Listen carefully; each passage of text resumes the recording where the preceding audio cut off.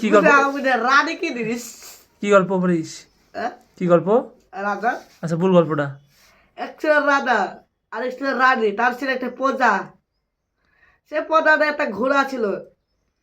ঘুরতে ঘুরতে তখন গল্প টল্প করছিল, তখন রাজা একটা সাজ দিল, এই কিরে রানী তুই একটা বেদব খেললে? রানী এত সাইজটা হয় না। রানী আমাকে উল্টে উল্টে পেঁচা এখানে রানী।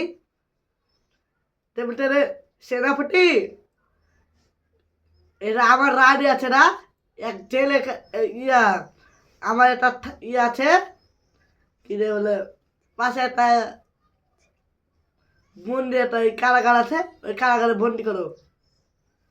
এই কারাগারে যখন বন্দি করতে করতে যখন খাটে যখন পাইলো না, খাবার টাবার করে কাঁদছিল, তখন খাবার যখন পাইলো না, তখন পেয়া পেয়া করে কানতে লাগলো। তখন কানতে কানতে তখন রাধা রাধার একটা প্রজা সেনাপতি হলো।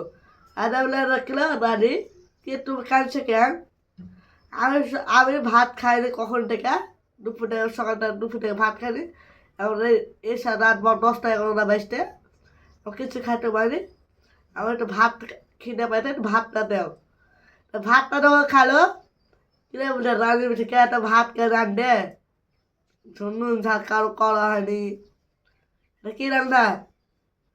মারা কে বলে, এই রাজা এত বড় কি রান্নি তোর পোতা, এত তোর এত রান্না ভালো হয় না? শালা বলছে রে, আর যেরকম রান্নি তোর তোর কে হবে? শালা বলছে রে, তোর কে আছে? আমি আমি যেরকম সেরকম রাখতে পারি, তোর কে আছে বে? তোর কোনো আপত্তি আছে? কাকে বলছে?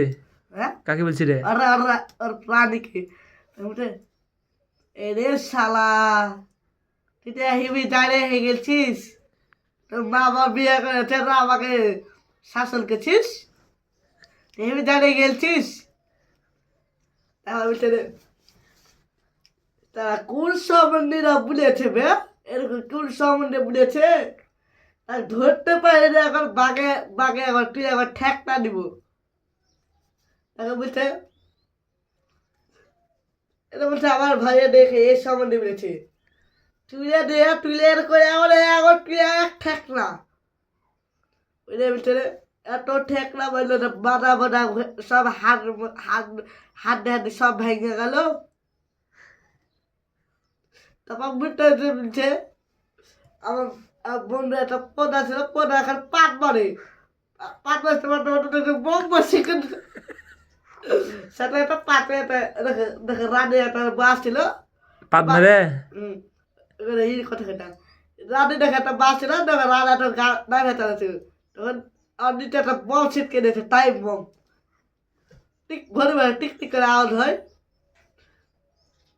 দিয়া, তখন রানে বাসে তখন চলছিল, টিক টিক করে শব্দ ছিল, 5 মিনিট দেখতে বা 5টা ইন্টারটা করে ঘন্টে ঘন্টে ডুম করে ফাটলো, তো রাধা রাধে সব খতম হয়ে গেল।